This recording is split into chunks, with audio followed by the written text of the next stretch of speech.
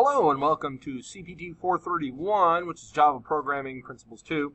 You have to forgive the noise in the background. I will hopefully speak in such a way where it does not interfere. And I'd like to start by talking to you about your final. I know, right?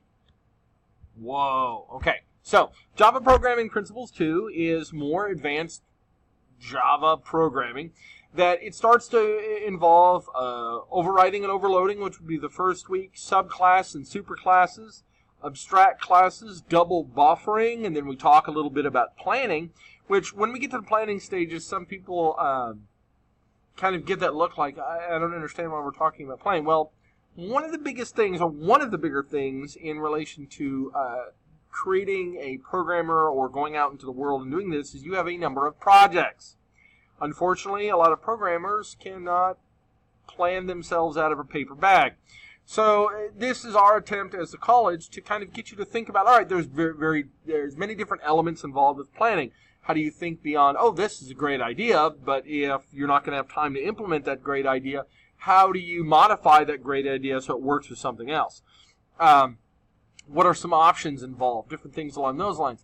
Additionally, the final week is the final, or the big project. And what happens a lot of times is people start to get swamped, they get overwhelmed, it gets to the last week, they're trying to play catch up on different things, they're saying, hey, could you extend this? And I have a hard and fast due date from the college to make sure that I get information from you. So the answer, unfortunately, is no. I can't extend it once we get done with the final week.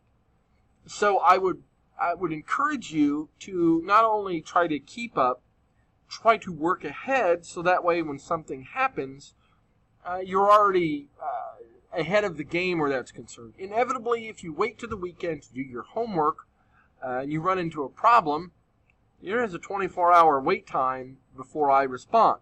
And I like my weekends too. So what ends up happening is you might ask me a question on a Friday night. I give you the answer on a Saturday night. And everything's due the very next day. And so you kind of got that compounding issue going on. So if you start your things early on in the week, run into problems, I have time to respond, we have time to go back and forth, and then you run into, oh, okay, I can actually get it done on the weekend, that's perfectly fine. I also tell you to skip ahead to look at the final project during week 6, so that way you can kind of start the ball rolling where that's concerned. You can think about what you want to do. You can kind of plan ahead for these things, so that way that you can actually get everything done in time, because I know it's the first day. I know we're putting this information out right now, and you're like, I can't believe he's already talking about the final. Yes, believe it, because it'll be here before you know it. So, welcome to class. My name is Czar Sebastian. This is CPT 431, Java Principles, Programming Principles 2. Good luck. I think it's a very, very good class. I'll give you as much support as possible. Just make sure to stay ahead of the ball because it can get you. All right. Thank you very much for your time.